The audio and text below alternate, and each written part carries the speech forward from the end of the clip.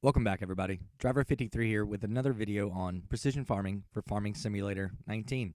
And today what we're looking at is a review video for all the different preferred soil type videos that I just released. We had 13 crops that we did. We went back and reran the soybeans also. So I just wanted to put together a video here showing all the data all in one place.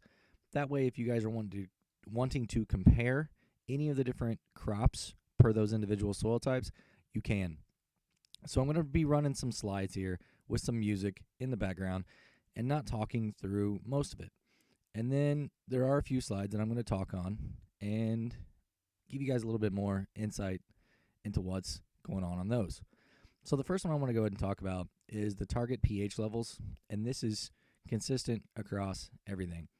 So your loam needs to be at 6.75, your sandy loam at 6.5, your silty clay at 7.0, and your loamy sand at 6.0.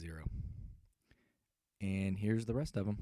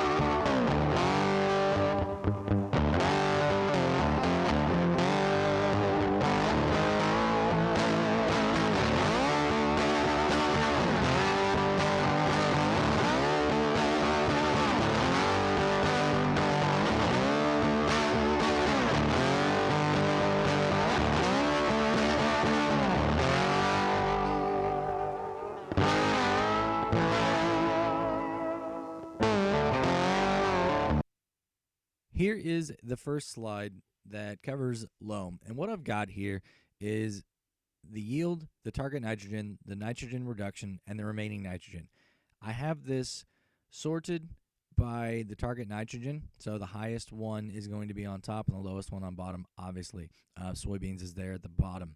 But it's really interesting also that I did target nitrogen and then I sorted by remaining nitrogen. So what you're seeing, sugarcane at the top is 200 requirement, and then it's going to leave you 80. And then wheat is 200 requirement also, but then it leaves you 60.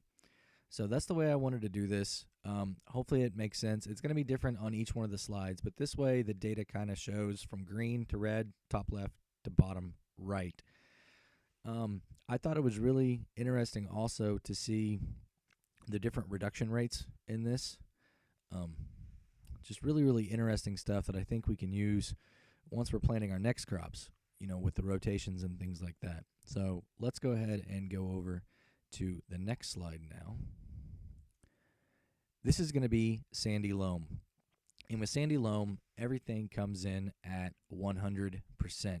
Now, the target nitrogen is also sorted this way. So you see 180 at the top, all the way down to 0 at the bottom. Once again, soybeans requires 0 nitrogen. And then on the remaining, it's kind of even all the way across, all the way up and down with all the crops.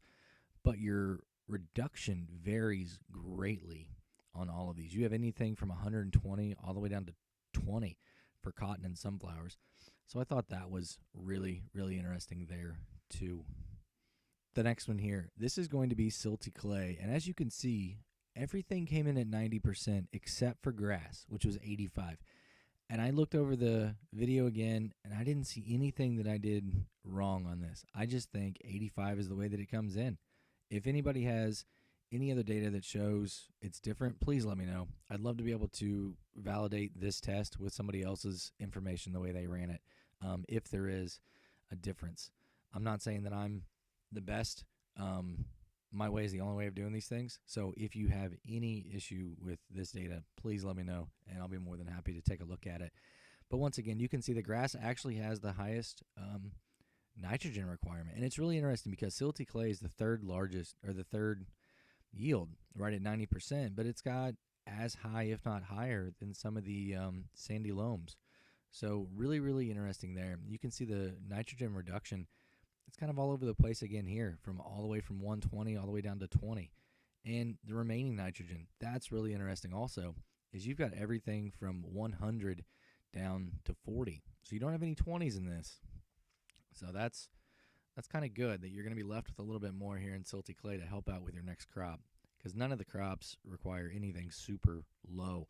I mean, 80 is the lowest one here at sunflowers. So I think no matter what, you're going to need to put some fertilizer in the ground. We've got another test lined up that's going to show exactly what happens if you don't put enough or you put too much in the ground. But that's going to be coming here in a few days. And the last slide here is going to be loamy sand. And with this, all of the yields came in at 80%.